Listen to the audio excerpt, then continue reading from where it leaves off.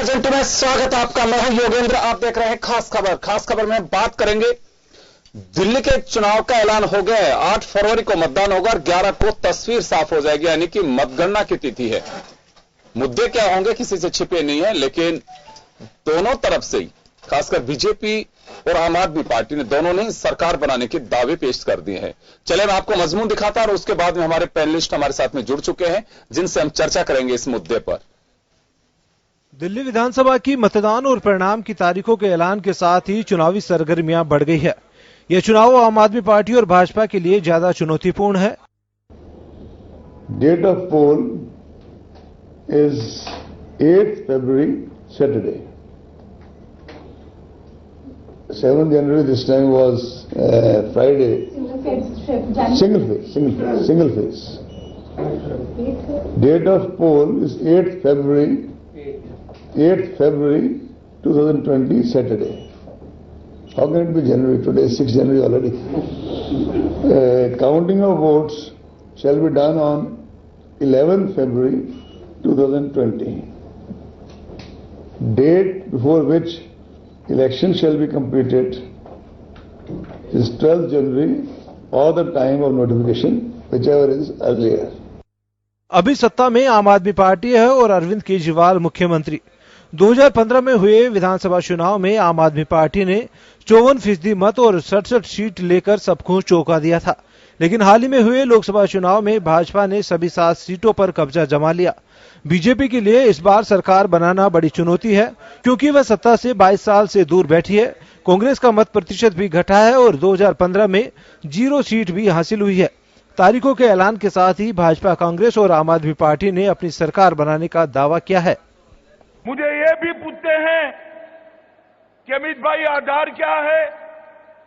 Last time तो आपको यहां बहुत खराब, बुरी तरह से आप हारे थे। मैं उनको कहना चाहता हूं कि झांसा कोई किसी को एक ही बार दे सकता है, बार बार नहीं दे सकता है। एक बार केजरीवाल जी ने दे दिया, उसके बाद में नगर निगम के चुनाव हुए, आप पार्टी का सुपड़ा साफ हो गया। ये स्टेटमेंट कहने के लिए हिम्मत चाहिए। ये स्टेटमेंट 5 साल सरकार चलाने के बाद मुझे नहीं लगता आज तक 70 साल में किसी भी मुख्यमंत्री ने दोबारा चुनाव में जाने के पहले अपने मतदाताओं को एड्रेस करते हुए ये स्टेटमेंट दिया होगा कि अगर मैंने काम किया है तो मुझे वोट देना, अगर काम नहीं किया तो मुझे वोट मत देना। दिल्ली विधानसभा में 70 सीटें हैं, लेकिन राजधानी होने से सबकी निगाहें इस चुनाव पर टिकी हुई है। देश की हुकूमत लोकसभा और एमसीडी में भाजपा है। आम आदमी पार्टी की ओर से मुख्यमंत्री का चेहरा अरविंद केजरीवाल है, लेकिन भाजपा की ओर से स्थिति अभी साफ नहीं है। गौतम गंभीर या मनोज तिवारी की संभावना बताई जा रही है। देश में इस वक्त सीएए और एनआरसी बड़ा मुद्दा है। इस मुद्दे पर विपक्ष एकजुट होता भी दिखाई दे रहा है। केजरीवाल के सामने इस बार पहले जैसी स्थिति बनाए रखना एक बहुत बड़ी चुनौती है, और ऐसी स्थिति भी नहीं दिख रही कि ऐसे में विपक्ष को एकजुट करना और अपने वोट के बिखराव को रोकना भी चुनौती है। बीजेपी सीएए, एनआरसी के मुद्दे को आधार बनाएगी, वहीं आम आदमी पार्टी मोहल्ला क्लिनिक, सरकारी स्कूलों का स्तर सहित अपने किए काम के आधार पर वोट मांगेगी। झारखंड और महाराष्ट्र में कांग्रेस गठबंधन के फायदे देख चुकी है। ऐसे में यह चुनाव उसकी अक्लमंदी की परीक्षा भी होगा। ब्यूरो रिपोर्ट, जन टीवी न्यूज। आज अब भारतीय जनता पार्टी के साथ है, इतना ही मैं कहूंगा। हमें पूरा विश्वास है भारतीय जनता पार्टी की जीत का। सर 14 तारीख से नॉमिनेशन शुरू होगा, तो समय पे प्रत्याशियों के नाम तय होंगे और अंतिम दिन के पहले सभी प्रत्याशी अपने आवेदन दाखिल करेंगे। और पीएम के चेहरे को लेकर वो जो कल बताया है मोदी जी का नेतृत्व देश भर में। तो चलिए, आपने मजमून देखा, दोनों ओर से दावे किए जा रहे हैं। अरविंद केजरीवाल ने यह भी कहा है कि शायद 70 साल के में पहली बार कोई मुख्यमंत्री जिसने ये बात कही है, अगर मैंने काम किया तो आप वोट दीजिए। दूसरी तरफ अमित शाह को आपने सुना, ये जब दिल्ली में हाल ही में रैली थी तब उन्होंने कहा था कि झांसे हर बार नहीं चलते हैं। उन्होंने साफ कहा है कि झूठ बेनकाब हो चुका है। कैसे भी जनता को बरगला करके आपने 67 सीट तो ले ली, लेकिन एमसीडी में आपको साफ कर दिया और 7 सीट लोकसभा से भी आपको बाहर कर दिया गया है।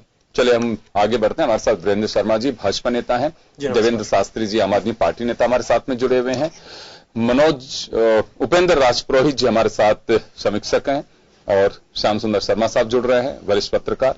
मैं शास्त्री साहब सबसे पहले आप ही के पास आऊंगा, क्योंकि सत्ता आपकी है वहां पे राज्य में और चुनौती भी सबसे बड़ी आप ही के पास में है, आप ही के सामने इस वक्त कि सरकार बनाना और जो मैंडेट जनता ने आपको 54% मत के साथ में 67 सीटें दी थी, वो एक बड़ी चुनौती आपको बरकरार रखना। जी देखिए, आम आदमी पार्टी मूल रूप से देश की राजनीति को बदलने के नजरिए के साथ वजूद में आई थी और ये मुझे कहते हुए कहीं कोई संकोच नहीं है कि देश में ये पहली पार्टी है जिसने काम और शासन चलाने के पूरे नजरिए को बदल के रख दिया है। आज नरेंद्र मोदी जी की तूती बोल रही है पूरे देश में, लेकिन दिल्ली में आकर के उनका घोड़ा जो है वो रुक जाता है। वहां पर लोकसभा में तो नहीं रुका, लेकिन वहां पर मैं विधानसभा की बात कर रहा हूं। अब आज विधानसभा की चुनाव की घोषणा हुई है, वो भी देखिए कि लोकसभा के चुनाव पर भी बहुत प्रश्न चिन्ह है, वो अलग इशू है, वो डिस्कशन का इशू नहीं है। लेकिन ये पहला चुनाव होगा देश का जो ये साबित करेगा कि काम करके ईमानदारी से भी आप वोट ले सकते हैं, बेईमानी करने की जरूरत नहीं है जी। और बीच में किसी दलाल की आवश्यकता नहीं है, आप सीधे वोटर से कम्युनिकेट कर सकते हैं। एक सवाल है शास्त्री साहब, एक सवाल खड़ा कर रहे हैं आप यहाँ पे, एक सवाल खड़ा कर रहे हैं कि दलालों के जरिए वोट मिल रहे हैं, और दूसरी बात आपने ये कही कि जैसे आपने कहा कि जनता से सीधा संपर्क करने की बात है, तो और भी राजनीतिक दल सीधा संपर्क नहीं करते। हाँ, मैं आपको यही बताना चाह रहा हूं कि ये भ्रष्टाचार क्या है। भ्रष्टाचार दरअसल एक सिस्टमिक बीमारी है जो पिछले 70 साल से, और जो दूसरी पार्टी आई है 15-20 साल से, वो भी उसका हिस्सा है। इन्होंने पूरे सिस्टम को करप्ट करके, कैप्चर करके पूरे देश को परेशान करके रखा हुआ है। दिल्ली में पहला दिल्ली में कह सकते हैं करप्शन फ्री कर दिया आप लोगों ने। बिल्कुल, दिल्ली में जो सरकार का काम है उसमें हम कह सकते हैं कि वो करप्शन फ्री है, और इसीलिए आपका आधार यही होगा, वोट मांगने का आधार यही होगा। बिल्कुल, मैं लौटूंगा ईमानदारी के साथ अगर आपको काम करना है तो बिल्कुल वापस लौटूंगा। मैं वीरेंद्र शर्मा साहब के पास में जाना चाहूंगा। वीरेंद्र जी, आप लोगों के सामने चुनौती यह है कि हाल ही में जो लोकसभा चुनाव हुए मई 2019 में 70 में से 65 सीट पर आप लोगों ने बढ़त हासिल की, 7 सीट पर कब्जा किया, लेकिन राज्य में 22 साल हो गए बीजेपी को सत्ता की वापसी के लिए रास्ता ढूंढते हुए। ये बड़ी चुनौती है कि 22 साल बाद भी बीजेपी वापसी कर पाती नहीं कर पाती। बेशक 70 सीट है दिल्ली विधानसभा की, लेकिन एक बड़ी जगह है, एक ये कहूं कि एक चर्चाओं में ज्यादा रहने वाली है कि वहां से सियासत पनपती है, चलती है और उगती है। क्या होगा उस राज्य की सियासत का, ये सबकी निगाहें टिकी हैं, और खासकर बीजेपी पे। क्या नरेंद्र मोदी वहां पे सत्ता में वापसी करा पाएंगे बीजेपी की 22 साल बाद? एक बड़ी चुनौती मोदी साहब के सामने भी होगी। निश्चित रूप से योगेंद्र जी, आपने बिल्कुल सही बात कही है, क्योंकि दिल्ली का चुनाव देश को नए नैरेटिव देता है, देश की राजनीति के नैरेटिव को फिक्स करता है। और जिस प्रकार से अभी आम आदमी पार्टी के जो नेता कह रहे थे भ्रष्टाचार की बात, उस आंदोलन के रूप की ओर मैं ले जाना चाहूंगा आपको, जिस आंदोलन के कारण आम आदमी पार्टी की उपज हुई थी, यानी उस आंदोलन के माध्यम से आम आदमी पार्टी की सरकार बनी थी। और वह आंदोलन एक ऐसा आंदोलन था अन्ना हजारे जी का, जो देश में एक नई क्रांति का सूत्रपात करने वाला था भ्रष्टाचार के खिलाफ। और उस भ्रष्टाचार की ही दलदल में किस प्रकार आम आदमी पार्टी फंस गई, मैं अन्ना हजारे जी का एक वक्तव्य आपके चैनल के माध्यम से आम जनता आप सरकार की बात करिए ना, अन्ना हजारे ने क्या कहा उससे थोड़ी तय होता है। मैं कह रहा हूं एक बात सुनिए, शास्त्री साहब मैं आपके पास में आऊंगा, एक बार अपनी बात कहने दीजिए। अन्ना हजारे जी ने कहा केजरीवाल कभी उनके साथ भ्रष्टाचार की लड़ाई में साथ थे और अब उन पर ही भ्रष्टाचार के आरोप लग रहे हैं। यह बहुत दुख की बात है। इसके बाद में उन्होंने, जब पहली बार इस देश में ऐसा हुआ कि मुख्यमंत्री कार्यालय में मुख्य सचिव के, प्रदेश के मुख्य सचिव के साथ मारपीट हुई, उसके ऊपर अन्ना हजारे जी ने क्या कहा था कि आंदोलन के समय केजरीवाल हमारे साथ ही थे। उस वक्त मैंने अहिंसा का पाठ पढ़ाया था, लेकिन आज जनसेवा के बजाय यह हिंसा कर रहे हैं। यह देश के लिए दुर्भाग्यपूर्ण है। और जो भाई शास्त्री जी कह रहे थे भ्रष्टाचार की बात, एक एक बताना चाहूंगा, एक एक विषय आप देखिए। केजरीवाल और उनके रिश्तेदार बंसल जी, सुरेंद्र जी बंसल के ऊपर भ्रष्टाचार के आरोप लगे। उनके उप मुख्यमंत्री अरविंद सिसोदिया जी के ऊपर भ्रष्टाचार के आरोप लगे। मुख्यमंत्री मुख्य सचिव के ऊपर भ्रष्टाचार के आरोप लगे। उनके खाद्य मंत्री असीम खान जी के ऊपर भ्रष्टाचार। आप सुनिए, विज्ञापन घोटाला, स्ट्रीट लाइट घोटाला,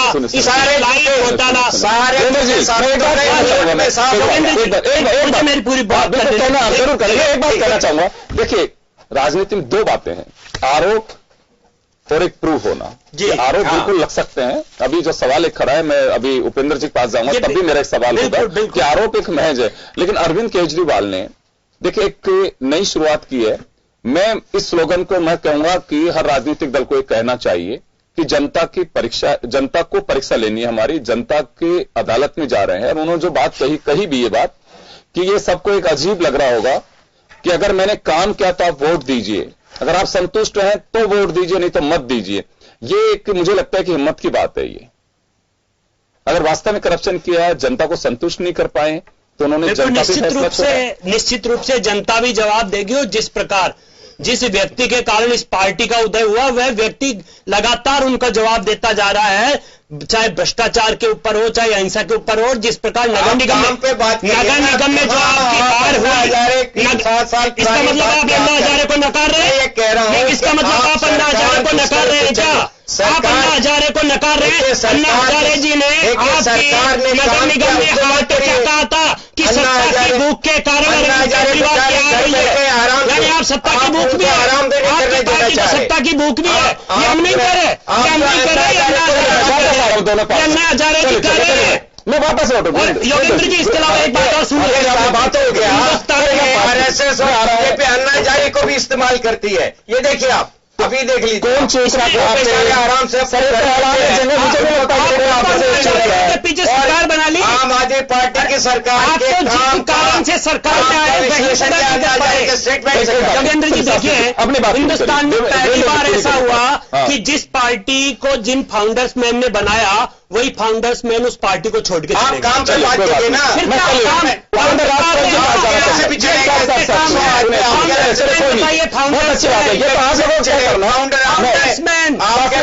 जो है शास्त्री साहब बरत में लगे नाम पार्टी छोड़ के चले गए आपके फाउंडर्स मैन। 5 ही साल में फाउंडर्स मैन छोड़ के थोड़ा सा आगे बढ़े। उपेंद्र राजपूत जी के पास जाना चाहूंगा। उपेंद्र जी, दो बातें होती हैं। मैं ऐसा कोई लक्षण नहीं देख रहा पिछले 25 साल से जिसमें भ्रष्टाचार का स्लोगन कहूं या जुमला कहूं या हकीकत क्या है ये तो ईश्वर जाने, या जो लोग, लेकिन हर इलेक्शन के अंदर ये बात जरूर आती है कि भ्रष्टाचार मुक्त, भ्रष्टाचार, उन पर उंगलियां सब चारों तरफ चलती हैं कि वो भ्रष्टाचार। लेकिन जनता तय करे कि वास्तव में कोई करप्ट है तो उसको बाहर का रास्ता दिखाया जाना चाहिए। दूसरी बात, अरविंद केजरीवाल ने जो बात कही, अगर जनता संतुष्ट नहीं है तो मुझे वोट ना दे, इस लोग उनको कैसे देखते हैं? देखिए योगेंद्र जी, सबसे पहले तो हम बात करें भ्रष्टाचार की। हाँ, तो भ्रष्टाचार निश्चित तौर पर हर चुनाव का एक बड़ा मुद्दा रहा है, विकास के मुद्दे के ऊपर हावी रहा है, और ये भ्रष्टाचार जो है कि खत्म नहीं हो रहा। लेकिन सबसे महत्वपूर्ण चुनाव था पिछला 2015 का चुनाव, जिसमें भ्रष्टाचार के मुद्दे पर जनता ने वोट दिया। देखिए जनता ने किस प्रकार से 70 में से 67 सीट आम आदमी पार्टी को भ्रष्टाचार के उन्मूलन के लिए वोट दिया था। और जहां तक हम दिल्ली को पुरानी दिल्ली से, जो 2015 से पहले की दिल्ली जो थी, उससे अगर हम तुलना करें तो निश्चित तौर पर दिल्ली में बहुत से सुधार देखने को मिले हैं। अब चूंकि दिल्ली हिंदुस्तान की राजधानी है, वर्ल्ड लेवल का शहर है, तो 5 साल के अंदर उसमें सुधार जो हुए हैं वो हो सकता है कि जो बाहर बैठे हैं, जो जयपुर में बैठे हैं या दिल्ली से कहीं बाहर बैठे हैं, उनको नहीं दिखते हों। लेकिन निश्चित तौर पर दिल्ली आगे बढ़ी है, विकास भी हुआ है, व्यवस्थाएं भी दुरुस्त हुई है, इस पर कोई दो राय नहीं है। लेकिन हाँ, जिस प्रकार के इन्होंने केजरीवाल जी ने उस वक्त वादे किए थे, जो तेज गति से उस पर कहीं न कहीं वो फेलियर हुए हैं। तो वो मुझे लगता कोई बहुत ज्यादा बड़ा उनको कोई इसका हर्जाना चुकाना पड़ेगा।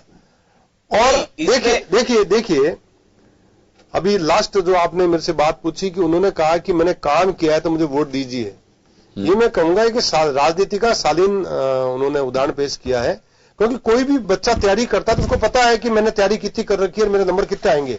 तो निश्चित तौर पर यह बयान कहीं न कहीं आश्वस्त कर रहा है उनको कि दिल्ली में वापस सरकार उनकी आ रही है। अब ये तो वक्त बताएगा कि सरकार आ रही कि नहीं आ रही है, या यूं कहें ये एक साइकोलॉजिकल उनका स्टेटमेंट भी कह सकते हैं इसको कि लोगों के बीच में ये न्यूट्रल जो टेंडेंसी के लोग हैं उनके बीच में एक साथ यार ऐसा बयान दे रहा है, इसका मतलब ये आदमी इसने काम किया है, ये खुद संतुष्ट है अपने काम के प्रति कि मैंने जो वादे किए हैं उनको 70-80% तक पूरा करने का प्रयास किया और मैं सफल हुआ।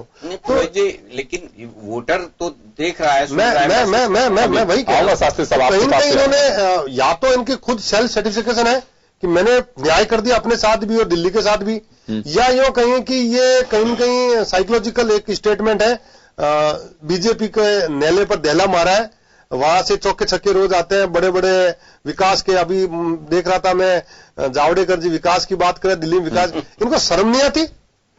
सुनिए, एक बात सुनिए, ये विकास की बात कर रहे हैं। एक बात सुनिए, उपेंद्र जी आपके पास, आप सुनिए, इनको विकास की बात सुनिए, शर्म तो सभी राजनीतिक दलों को आनी चाहिए। अगर वादे करते नहीं पूरे एक पार्टी पे क्यों थोप रहे हैं आप, ये कि शर्म केवल बीजेपी के लोगों को?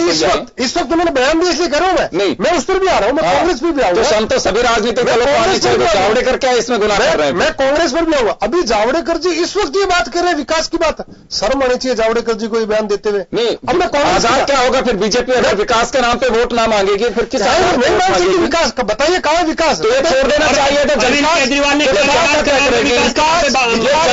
विकास को तो इन्होंने ये जनता तय करेगी, जावड़ेकर अपनी तरफ से कुछ भी कह सकते हैं, जनता तय करेगी। हाँ, मैं यही तो करूँ ना। नहीं तो आप ये कैसे वर्ड यूज करें?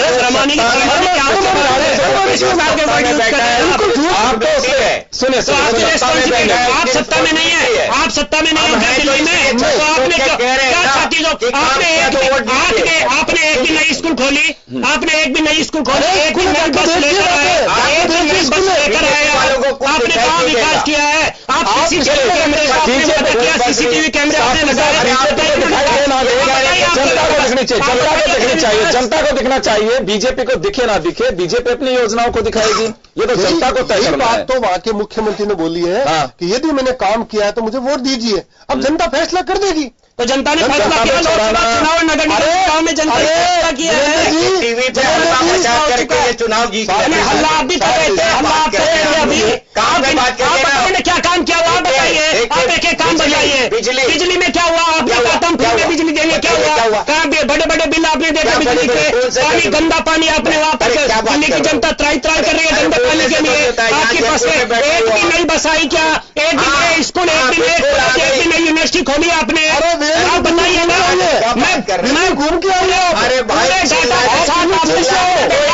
आप बताइए, झूठ बोले जा रहे हैं। आप बोल रहे मैं नहीं, आपने तो नकार दिया, भ्रष्टाचार के आरोपों को नकार दिया, आप अन्ना हजारे को नकार रहे, इससे बड़ा झूठ क्या होगा? पड़ेगा ना, जैसे पार्टी का उदय, पार्टी का उदय अन्ना हजारे से हुआ, मैं पार्टी अगर अन्ना हजारे जनता को छोड़ देना चाहिए। झूठ और कोई। चलिए, मैं एक बात जानना चाहूंगा, मैं उपेंद्र जी, शर्म किसको आनी चाहिए? हम लोगों को यूज नहीं करना चाहिए। राजनीतिक दल आपस में उनके जी को भी शर्म आनी चाहिए किस प्रकार के वक्तव्य अगर दे रहे हैं वो। ये राजनीतिक दल आपस में आप समीक्षक के नाते आपको शर्म की बात नहीं करनी चाहिए। राजनीतिक दल शर्म इसलिए नहीं, उन्होंने विकास किया ही नहीं, उनको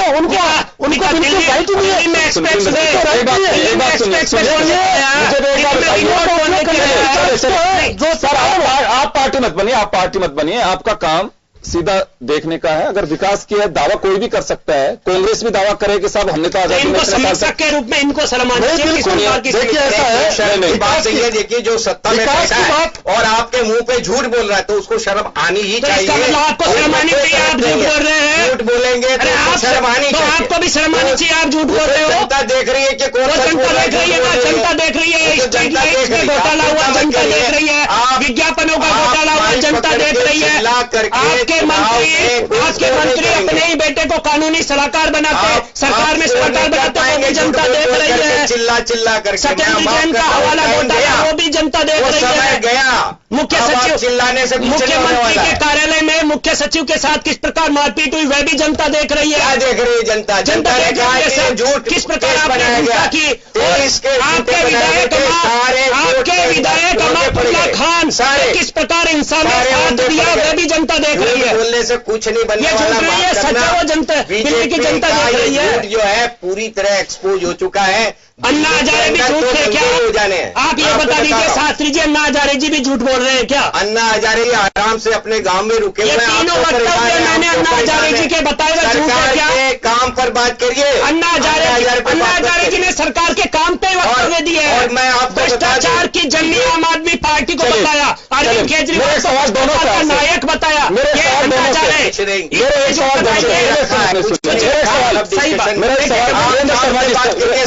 बताइए ना, काम विकास किए। वीरेंद्र जी, मेरा एक सवाल आपसे है।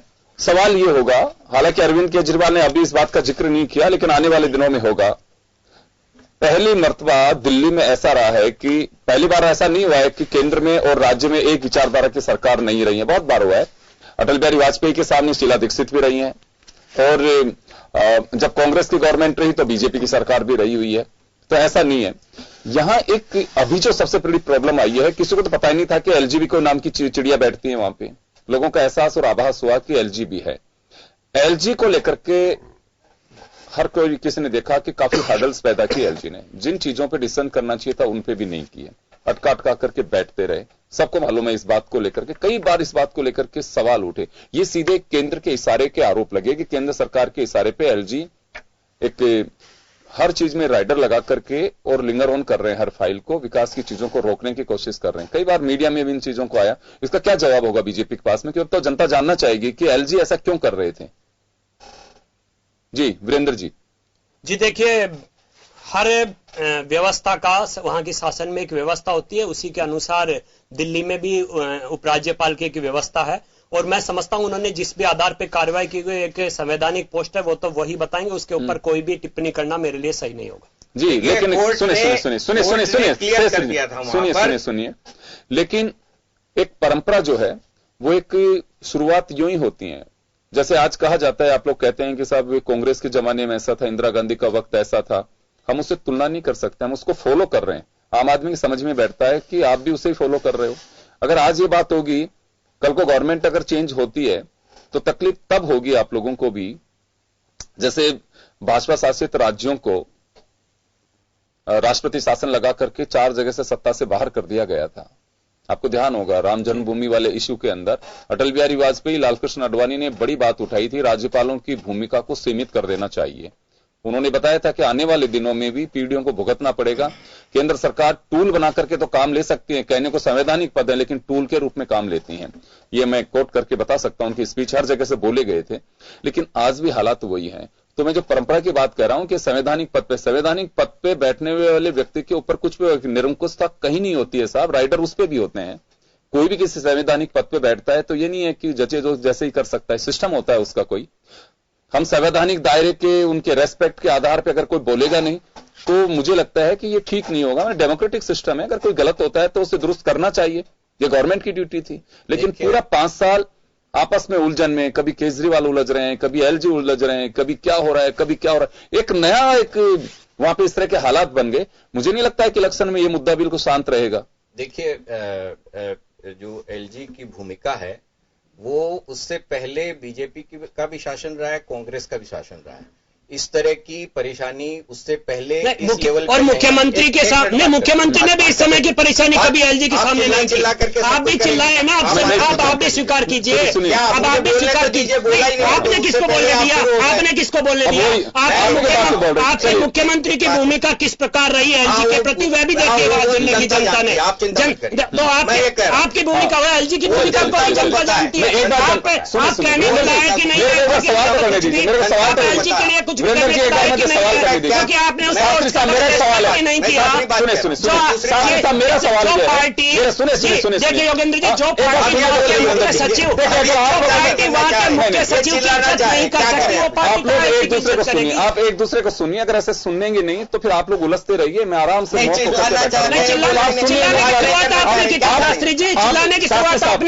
शास्त्री साहब आप भी साइलेंट, अगर ये बोल रहे हैं मत बोलिए। मैं ये जानना चाह रहा हूं कि पहली बार चलिए एलजी ने अपनी स्थिति ऐसी बनाई, लेकिन किसी मुख्यमंत्री और एलजी के बीच भी इस तरह के डिफरेंसेस दिखे नहीं।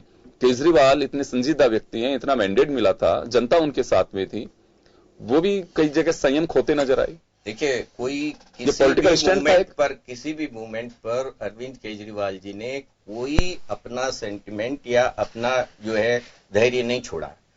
उन्होंने जिस वक्त मैं इंसिडेंट की जानकारी दे देता हूं कि जो सीसीटीवी कैमरा की जो फाइल थी उसको 2 साल से एलजी ने दाब के अपने ऑफिस में रखी हुई थी।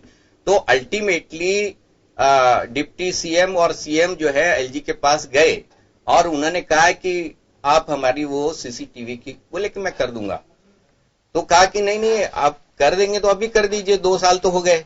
बोले नहीं ठीक है मैं कर दूंगा। तो उन्होंने कहा कि ठीक है तो हम भी यहां रुकते हैं।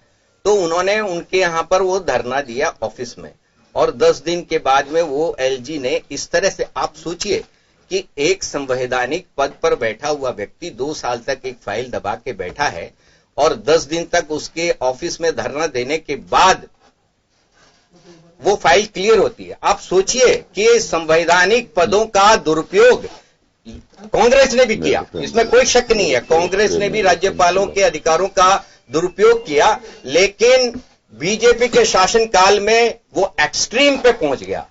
इन्होंने न जनता की सुनी, न सरकार की सुनी, न चीफ मिनिस्टर की सुनी, किसी की भी नहीं सुनी, और दूसरे कॉन्स्टिट्यूशनल इंस्टीट्यूशन के इस्तेमाल पर भी ये सवाल उठा हुआ है कि भारतीय जनता पार्टी इस मामले में बहुत ही, लेकिन मुझे नहीं लगता कि दिल्ली में ये कदम आगे। सर सुनिए, मुझे नहीं लगता कि दिल्ली में मुद्दा होगा। आप लोग बहुत अच्छी बात है, मैं रेस्पेक्ट करता हूं अरविंद केजरीवाल के, उनके उस वक्तव्य का जो उन्होंने कहा कि अगर जनता मुझसे संतुष्ट है तो जरूर वोट दे और संतुष्ट नहीं है तो ना दे। एक बहुत बड़ी बात है। मुझे नहीं लगता है कि राजनीति में इतनी हिम्मत कोई कह पाता है, हिम्मत के साथ कोई कह सके कि आप वोट सतोल करके दें, कि काम के आधार पे वोट दें। अच्छी बात है, एक अच्छी पहल, एक अच्छी शुरुआत कहूंगा, सबको कहना चाहिए। ये कहा तो जाता है कि विकास का आधार है हमारा, लेकिन विकास का आधार भटक जाता है। मुद्दे बहुत कुछ होंगे। मुद्दा दिल्ली के अंदर जो इस वक्त देश में बड़ा एक मुद्दा चल रहा है, वो एक बड़ा आधार होगा, बड़ा मुद्दा होगा बीजेपी की तरफ से, जिसके अंदर संकेत साफ हैं।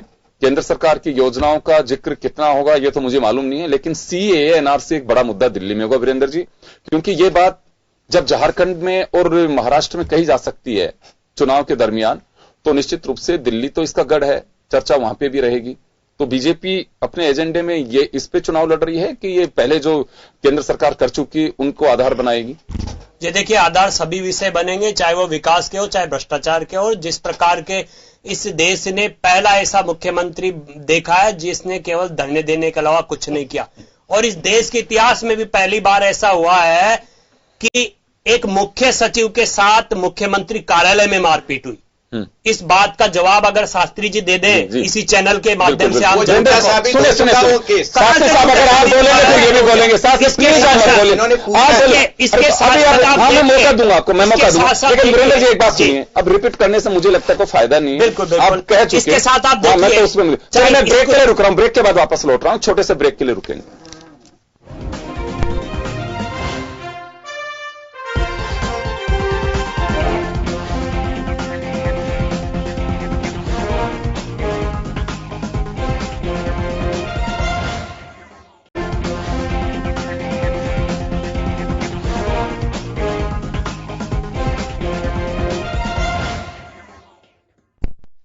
ब्रेक के बाद एक बार फिर आपका स्वागत है। आप देख रहे हैं खास खबर। बात कर रहे हैं हम दिल्ली विधानसभा चुनाव की। सबकी निगाहें टिक गई हैं कि दिल्ली में क्या होगा। क्या अरविंद केजरीवाल की वापसी होगी या फिर लोकसभा चुनाव में बीजेपी ने जिस तरह से 7 सीट पर कब्जा किया और 65 विधानसभा सीट में बढ़त ली थी वो अपना दोहराएगी। तो चलिए, मैं वीरेंद्र जी आपसे पहले एक बार मैं श्याम जी के पास में जाना चाहूंगा। श्याम जी, विधानसभा चुनाव दिल्ली का ऐलान हो चुका है, पूरे देश की निगाहें टिकी हैं। बेशक 70 विधानसभा सीट हैं, लेकिन क्योंकि दिल्ली सियासी गढ़ कहें, सियासत की माता पिता भी कहें तो कोई बात नहीं, हर नेता वहां पे बसता है, हर पार्टी का उदय वहां से होता है। अगर उदय नहीं भी होता है किसी राज्य में, वो रीजनल पार्टी है, लेकिन निगाहें सबकी दिल्ली पर होती हैं। देखिए योगेंद्र जी, ये बात सही है कि देश की राजधानी दिल्ली का चुनाव निश्चित रूप से हर पार्टी के लिए महत्वपूर्ण होता है, और जो सत्ताधारी पार्टी होती है उसके लिए तो सबसे महत्वपूर्ण है कि उसको वापस से अपने आप को कब्जे में रखना है। जिस प्रकार की घटनाक्रम पूरे 5 साल के दौरान उस पार्टी के साथ हुए, जिस तरह की घटनाक्रम केंद्र सरकार ने जो कुछ किया, उसके बावजूद भी उनका वजूद उन्होंने बनाए रखा। उन्होंने साफ स्पष्ट जिस प्रकार की जो चीज वहां पर पब्लिक को दी जानी चाहिए थी, जिस प्रकार से कि बिजली निःशुल्क देना, 200 यूनिट तक पानी देना, इसके अलावा जिस प्रकार के कामकाज हुए उसमें बचत, पहली बार सीएजी ने स्टेट के लिए कहा है कि बचत कही है। तो ये जो चीजें उन्होंने देखा, और अभी हाल ही में देखिएगा कि 40,000 पट्टे जो केंद्र सरकार ने जारी किए और प्रधानमंत्री जी ने पारितोषिक के रूप में कुछ पट्टे भी दे दिए। तो केजरीवाल ने कहा कि भाई आप जब तक पंजीयन नहीं हो जाए इसको मानना मत। तो बहुत सारी चीजें उनके पास हाथ में उसमें लैंड यूज चेंज किए बगैर रजिस्ट्री कराई गई है, जो टेक्निकली रजिस्ट्री नहीं हुई, तो फर्जी हो गई, नहीं हुई। वही तो कह रहे हैं, जब तक पंजीयन नहीं हो जाए उसको मानना मत। इसलिए वो सारी बातों को खोल करके जिस प्रकार का पब्लिक में अपनी बात को कहने में सक्षम हो पाते हैं। कुछ उनके साथ गलतियां हुई है, वो भी निश्चित रूप से कुछ परेशानी पैदा करेगी कुछ जगह, लेकिन जिस तरह से उन्होंने, आप देखिएगा 70 में से 67 सीटें जीत करके जिस तरह का इस देश में एक करिश्मा दिखा दिया था, जिस प्रकार से प्रचंड बहुमत केंद्र सरकार को मिला था, केजरीवाल को भी प्रचंड बहुमत वो मिला था, जो कि 3 ही सीटें केवल बीच में गई। इस बार हो सकता है कि सीटें कम होगी, लेकिन सत्ता से बाहर करना बहुत मुश्किल वाला काम होगा। और वो केजरीवाल ने जो काम दिल्ली में रह कर किया, अब उन्होंने अब प्रधानमंत्री के साथ साथ दौड़ नहीं लगाई कि मैं सब जगह जाऊं, उधर जाऊं। उन्होंने दिल्ली को केंद्रीय बिंदु बांध करके जो कुछ कामकाज किया, और जिस प्रकार का देखने को मिल रहा है कि देखिएगा चुनाव भी डिक्लेयर हो गया है, और वो ये चाहते हैं कि जिस प्रकार से आप संशोधन जो लाए हैं, आपके नागरिक संशोधन का जन जागरण अभियान के तहत वो जिस प्रकार का माहौल दिल्ली का हुआ, जिस प्रकार की घटना दिखेगा कि पहले जामिया में हुई, उसके बाद इसमें हुई, जो वातावरण दूषित करने का प्रयास जिस प्रकार का हुआ, उसका परिणाम क्या कुछ होगा वो तो सामने आएगा। लेकिन मैं मान के चलता हूँ। श्याम जी, क्या लगता है इसका नुकसान और फायदा होगा किसी को? देखिएगा केंद्र सरकार में जिस प्रकार की घटना घटी है, क्योंकि ये निश्चित रूप से कहा जा सकता है कि आप पार्टी के वहां विधायक हैं, और विधायकों ने जिस प्रकार की बातें कही है जाकर के सामने कि हम लोग विरोध कर रहे हैं, बल्कि हम हिंसा को हम भी समर्थन नहीं करते। तो कोई हिंसा जिस प्रकार की हुई उसको कोई समर्थन नहीं करता, लेकिन घटना की जिस प्रकार से देखिए जेलन में जिस प्रकार की घटना हुई है, वो निश्चित रूप से दहला देने वाली है। उसकी तहकीकात होनी चाहिए, आखिर नकाशपोश व्यक्ति आ कहां से गए, कौन लोग थे। अब पुलिस को जाने में दिक्कत हो रही थी, पहले पुलिस चली गई थी। पुलिस ने अलाउ किया है, ये स्टेट की पुलिस के देख रेख में ये हिंसा हो गई है, क्योंकि सेंट्रल की पुलिस, हाँ वो सेंटर कह लीजिए, दिल्ली में तो वो चलिए। लेकिन शास्त्री साहब मैं एक बात कहना चाहूंगा, इनके पास एक तीसरी आंख नजर आ रहा है, आपके पास तीसरी आंख है जिससे ये नजर आ रहा है कि शास्त्री साहब चलिए मुद्दा वहाँ की जनता देख रही है कि अरविंद केजरीवाल का किस प्रकार से हिंसात्मक गतिविधियों पे हाथ है, वो भी वहाँ की जनता भी देख रही है। अमातुल्ला खान को भी वहाँ की जनता ने देखा है। कुछ भी तो आप कह रहे हैं ना, कुछ भी तो आप कह रहे हैं कि पुलिस की सह से हुआ है, कुछ भी तो आप कह रहे हैं। पूरी मीडिया में आया, मीडिया में तो वो भी आ रहा है। अमातुल्ला खान ने क्या क्या कहा वो भी हुआ है। हिंसात्मक गतिविधियों में आम आदमी पार्टी कार्यकर्ता किस प्रकार रहे वो भी आ रहा है। चलिए स्वीकार कीजिए। देखिए कुछ मुद्दे हैं, मैं आप लोगों से आम आदमी पार्टी भी कुछ भी कहेगी, अन्ना हजारे को भी स्वीकार नहीं करेगी, कुछ भी कहेगी, भ्रष्टाचार के ऊपर भी कुछ भी कहेगी। झूठ बहुत दिनों तक चलता नहीं है। देखिए जिस भ्रष्टाचार को ये मुद्दा बना के सरकार में आए, उसी भ्रष्टाचार के आरोपों में घुस गए। अन्ना हजारे को स्वीकार नहीं करना चाह रहे। अन्ना हजारे से आपको इतनी तकलीफ क्यों हो रही है? भाई अन्ना हजारे सरकार में नहीं है। नहीं, अन्ना हजारे आज के कारण आप सरकार में आए, अन्ना हजारे अपने घर पे बैठे, तकलीफ हो रही है। नहीं, लेकिन एजुकेशन में और जिस प्रकार से चिकित्सा विभाग में कुछ काम किया वो अन्ना हजारे ले आते हैं। लेकिन भ्रष्टाचार के ऊपर भी तो दिख रहा है कि जिसको मुद्दा बनाकर आप आए, मुद्दा बनाकर आए, जिसको मुद्दा बनाकर आए उसी में आप फैल हो गए। जिसको मुद्दा बना के आए, हमें मदद करे ना करे, लेकिन आज के लिए आपके लिए बड़ा वो साबित होंगे। ईडी की जांच करवा ली इन्होंने। मैं एक बात कहना चाहूंगा, 23 केस झूठे करवाए तो सारे कोर्ट में औंधे पड़ गए, एक भी नहीं टिक पाया, एक भी एक भी नहीं टिक सका। आपके खुद के विधायकों ने क्यों आरोप लगाए? आपके फाउंडर मैन वो कवि जिनका नाम आप भी बोलेंगे, कुमार विश्वास जी, उनको भूल गए आप? उन्होंने किस प्रकार के आरोप लगाए? क्या उनके आरोप भूल रहे? तो पार्टी के अंदर आपके जो एक नेशनल मीडिया पर्सन है, उन्होंने आपकी पार्टी के ऊपर किस प्रकार आरोप लगे जो आपकी पार्टी के सदस्य थे? सहमति तो योगेंद्र जी यादव, आप क्या नहीं मैं नाम योगेंद्र जी यादव को दूसरी पार्टी क्यों बनानी पड़ी? योगेंद्र जी यादव को दूसरी पार्टी क्यों बनानी पड़ी? उन्होंने किस प्रकार अरविंद और आप ये ऐसे जीतेंगे कि आप चुनाव की रणनीति बताओ ना, आपकी चुनाव की रणनीति क्या है? रणनीति कुछ हो तो आगे ये टिक नहीं, कौन सा काम सीएम का नाम नहीं अनाउंस कर,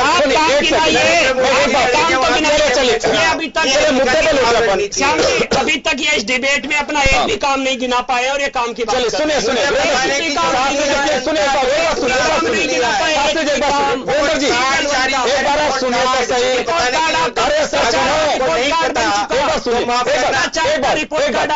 वीरेंद्र जी, क्या बात है? देखो, दो, एक जवान है, एक काफी आप टक्कर दे रहे हैं, लेकिन मैं एक बात जानना चाहूंगा, आप दोनों ने बहुत अच्छा लगा मुझे कि जब कहा कि काम नहीं गिना रहे। मैं तो आप लोगों से जानना चाहता हूं, जनता भी सुनना चाहती है। शास्त्री साहब, आपके पास आना चाहूंगा। वीरेंद्र जी, बीच में मत बोलिएगा आप तो वो बताइए कि आधार क्या है, कि हाँ हमारा आधार ये है कि हम इस आधार पे वोट मांगेंगे, बता दीजिए, कोई बीच में नहीं बोलेगा। हाँ, बताइए आप। अरविंद जी ने एकदम स्पष्ट कर दिया कि हमने अपने 5 साल के कार्यकाल में जो बेसिक्स के, जो जनता की जरूरत की, नीड के काम थे, वो हमने सारे जो हमारे हाथ में थे वो हमने पूरे कर दिए और उसका रिपोर्ट कार्ड उन्होंने जारी किया बाकायदा।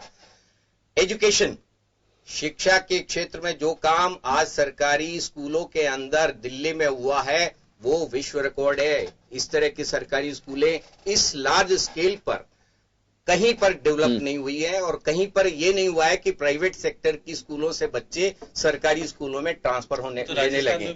और दूसरा, वहां एक और एजुकेशन में इतना ही नहीं हुआ है कि जो प्राइवेट स्कूल्स है उनको भी फीस नहीं बढ़ाने दी, उनको भी फीस जो है रीजनेबल लेवल पे ही रखा गया। आप हेल्थ में आ जाइए, हेल्थ में तो जो मोहल्ला क्लिनिक है वो एक यूनिक मॉडल बन गया है। 2 बड़े आधार हैं आपके। हाँ, और इसके बाद आप देखिए कि जो एक middle class, lower middle class, हमारे राजस्थान के अंदर देखिए ना बिजली का क्या हाल है। आप एक औसत जो परिवार है, जो मिनिमम जो जिसकी रिक्वायरमेंट होती है, उसको भी 1000, 2000, 3000 से नीचे का बिल नहीं होता है। और दिल्ली के अंदर जो गरीब तबका है, जो 200 यूनिट के अंदर काम चला सकता है, उसको तो एक पैसा ही नहीं देना है। आपको पता है 14 लाख फैमिलीज के जीरो बिल हैं दिल्ली के अंदर, 14 लाख फैमिली के। आप 22,000 लीटर पानी उन परिवारों को फ्री है जो उसके अंदर काम चला सकते हैं। और 55% दिल्ली में नल का पानी था जब आम आदमी पार्टी वहां सत्ता में आई। आज वहां पर 94% इलाकों में नल के द्वारा पानी जा रहा है। 94% पे जो 6% रह गया वो अगले सत्र में आएगा जब ये आएगा। तो ये इतना बड़ा, इतने लार्ज स्केल पर काम जो है, और सीवरेज तो साथ में हुआ, नल के साथ साथ। चलिए, ये आपका आधार है। इसके अलावा आपका आधार ये रहेगा। की तो बहुत मोटी चीजें, मैं एक और चीज बताना चाहता हूँ जिससे कि मुझे लगता है कि देश की राजनीति का जो एक भ्रष्ट सिस्टम है उसमें बदलाव के लिए जो महत्वपूर्ण कदम हुआ है वो है कि door step delivery of government services, कि उसमें 100 सर्विसेज ऐसी ले ली गई हैं जो सर्टिफिकेट और इस तरह के आपको सरकारी दफ्तरों में जाकर के, या ड्राइविंग लाइसेंस वगैरह, आपको दफ्तरों में जाकर के लाइन लगा के, जूते घस के, दलालों को पैसे दे करके जो काम कराने पड़ते हैं। दिल्ली में अब ये खेल खत्म हो गया। वहां पर एक फोन करिए, सरकार का आदमी आपके घर पे आकर के वो काम करके जाएगा और किसी तरह की करप्शन का कोई लेना देना नहीं है। ये जो बदलाव है, ये जो सिस्टमिक चेंज है, ये सबसे महत्वपूर्ण है। और जो राजनीतिक और सिस्टम को बदलने के लिए पार्टी ने जो क्लेम किया था उसमें बहुत बड़ा कदम है। चलिए, बहुत अच्छी बात है। अपने एजेंडे पे चुनाव लड़ेंगे। वीरेंद्र जी, मैं आपके पास आना चाहूंगा। इन्होंने कुछ नहीं कहा कि केंद्र सरकार ने ये किया अपने एजेंडे पे कि हमने ये किया, हम उसके आधार पे वोट मांगेंगे। आप बताइए बीजेपी का क्या आधार होगा चुनाव जीतने का? बिल्कुल निश्चित रूप से जिस प्रकार से दिल्ली की हमारी केंद्र की सरकार ने दिल्ली में जो विकास के कार्य किए वह भी हमारा एक बड़ा मुद्दा होगा, चाहे वो ईस्टर्न पेरिफेरल्स हाईवे हो, चाहे दिल्ली की रिंग रोड हो, या फिर वहां की मेट्रो हो, और जो कॉलोनी का ऑथराइजेशन किया हो। इसके साथ साथ जो अरविंद केजरीवाल जी ने वादे किए थे वो उसमें फेल्योर नजर आए हैं, चाहे वो उनके सीसीटीवी कैमरे को लेकर हो, जो अभी इनके वहां से गिना रहे थे। अब फिर वही बीच में बोल रहे हैं शास्त्री जी, आपकी यही गलती है। इसके अलावा आप लेकिन मैं एक बात कहना चाहूंगा, योगेंद्र जी आप तो अपने एजेंडे बताओ ना,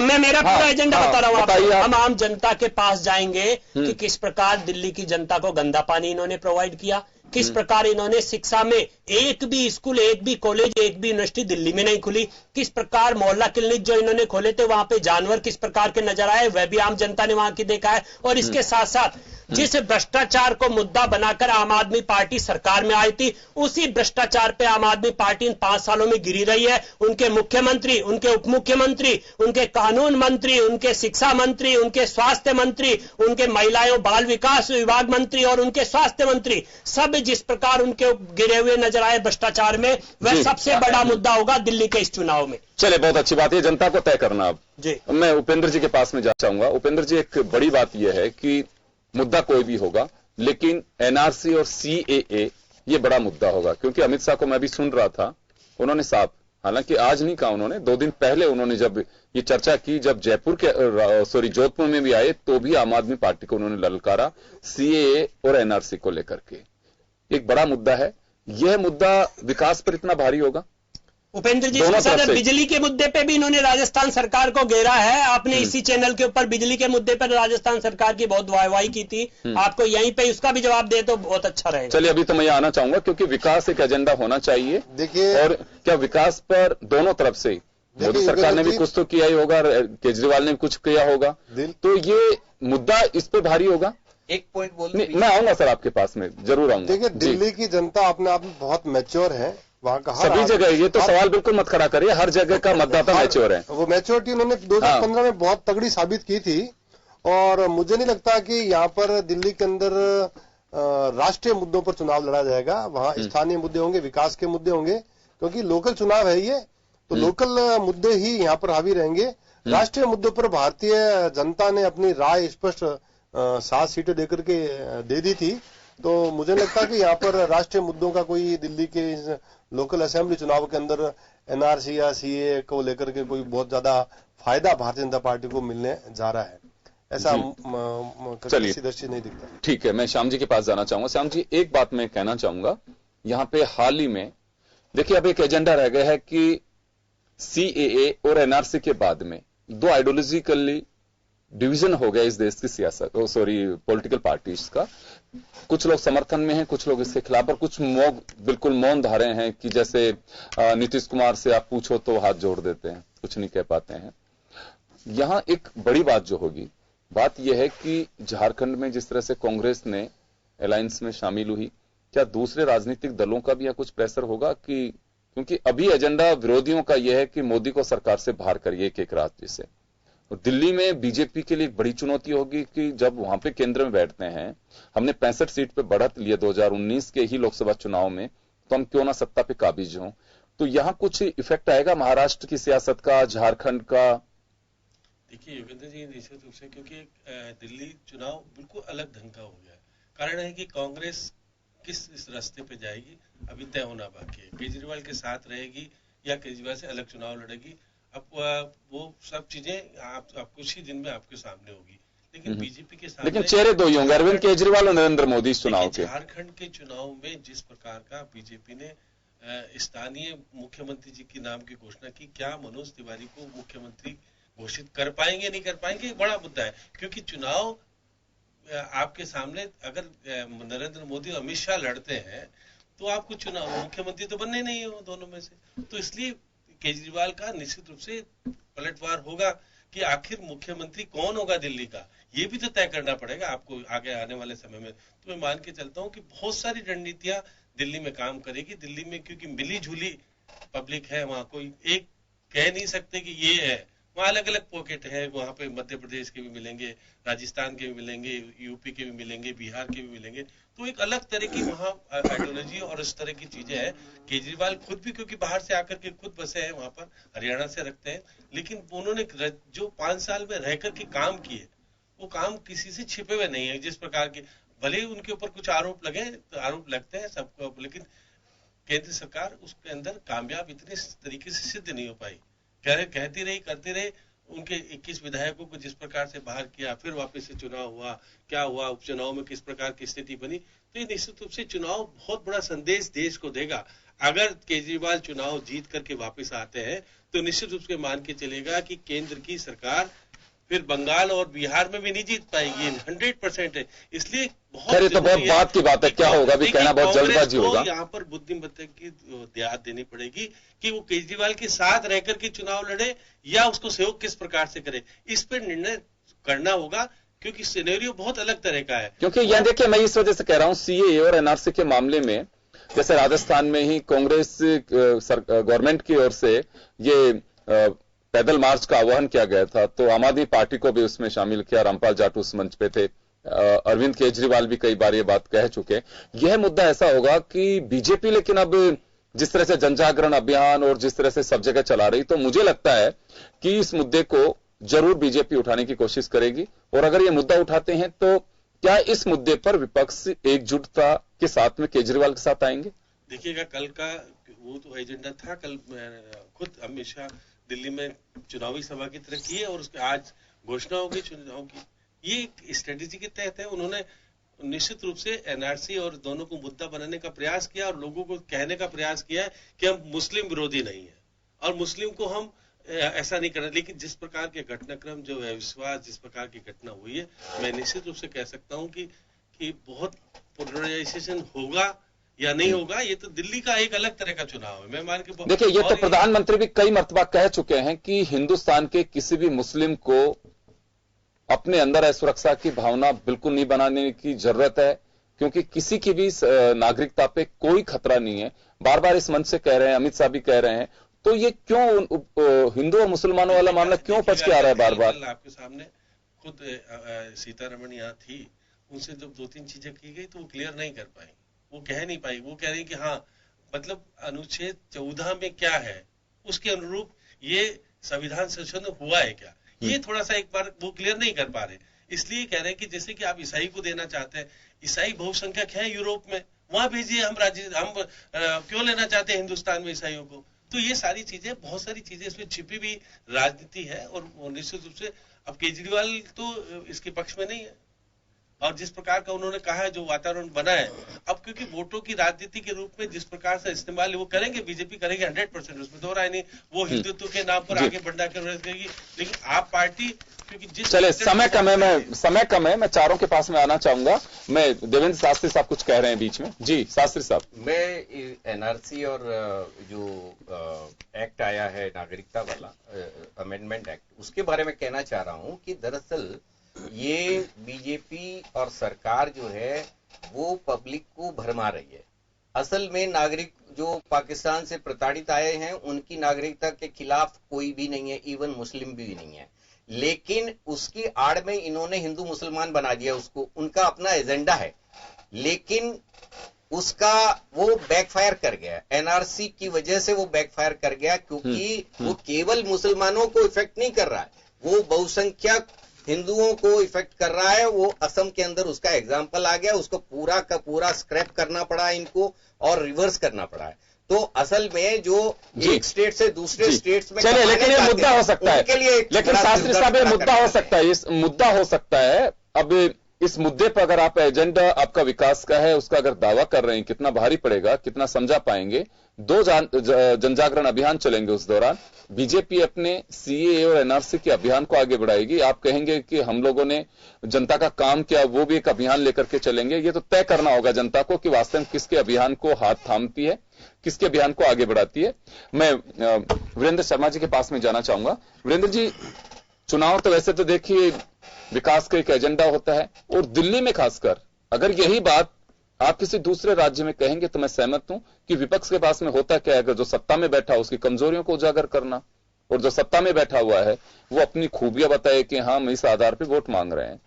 लेकिन दिल्ली के लोग दोनों तरह का स्वाद चखते हैं, केंद्र सरकार की योजनाओं का, यूं तो सभी राज्य चखते हैं, लेकिन मालूम होता है उन लोगों को कि केंद्र के विकास के एजेंडे का असर हमारे यहां क्या आ रहा है, और जब राज्य के पॉलिसीज का जब इंपैक्ट उन पे आता है तो उसका भी असर उन पे देखा जाता है। तो दिल्ली थोड़ा डिफरेंट केस है। दिल्ली को बड़ा तरीके से हैंडल करना होगा, राजनीतिक दलों को भी, मीडिया को भी, या जो राजनीतिक विश्लेषक है उनको भी। सहज नहीं है दिल्ली को समझना भी और दिल्ली की चुनाव की तासीर को भी देखने की। तो यहां मैं आपसे जानना चाहूंगा कि विकास का एक एजेंडा होना चाहिए, जैसे शास्त्री साहब ने कहा सीएए और इसको लेकर के, मैं आपके पास में जाना चाहूंगा। एजेंडा आप लोगों का बड़ा यही होगा, और चुनाव में चेहरा हो सकता है अगर आप लोग डिक्लेयर कर दें, जैसे श्याम जी सवाल खड़ा कर रहे हैं, अगर नहीं करेंगे तो अरविंद केजरीवाल बात कहेंगे पूछे सही दूल्हा कौन है। क्यों आप लोग भी कहते हैं ये बात है कि पूछिए राज्य में दूल्हा कौन होगा, जैसे राजस्थान में पूछा गया था कि ये तो डिक्लेयर करें कि चेहरा कौन सा होगा मुख्यमंत्री का। खैर, तो आप लोग इस जागरण अभियान को आगे बढ़ाएंगे कि वास्तव में कुछ विकास योजनाएं जो उनको आगे बढ़ाएंगे?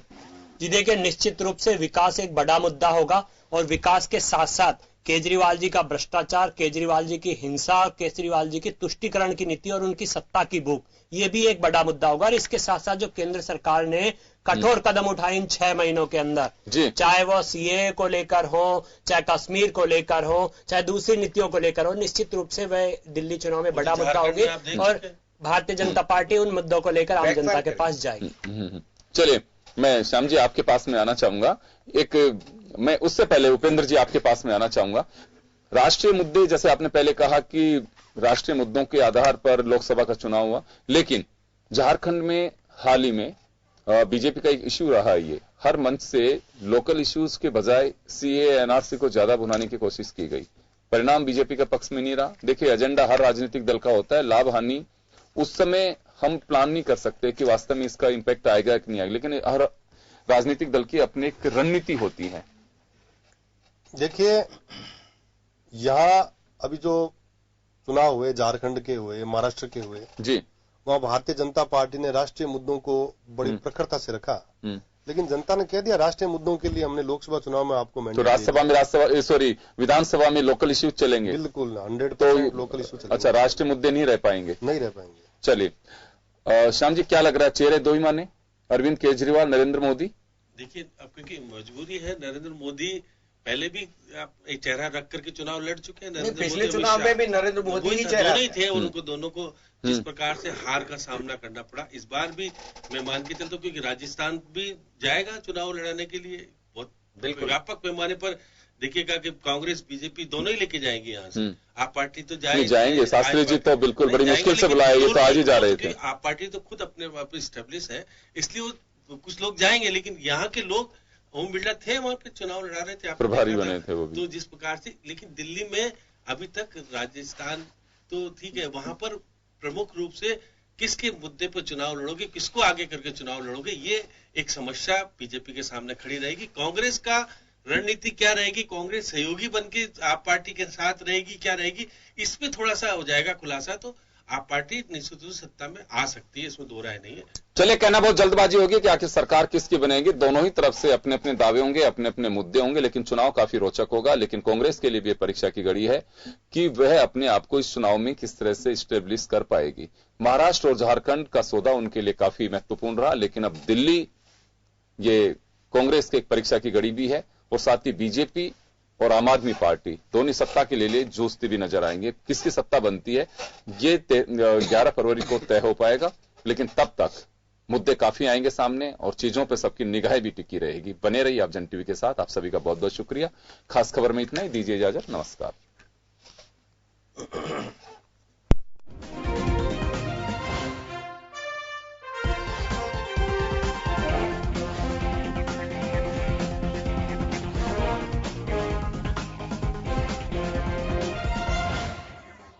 जन टीवी की लेटेस्ट अपडेट पाने के लिए हमारे चैनल को जरूर सब्सक्राइब करें और नोटिफिकेशन पाने के लिए बेल आइकॉन दबाएं।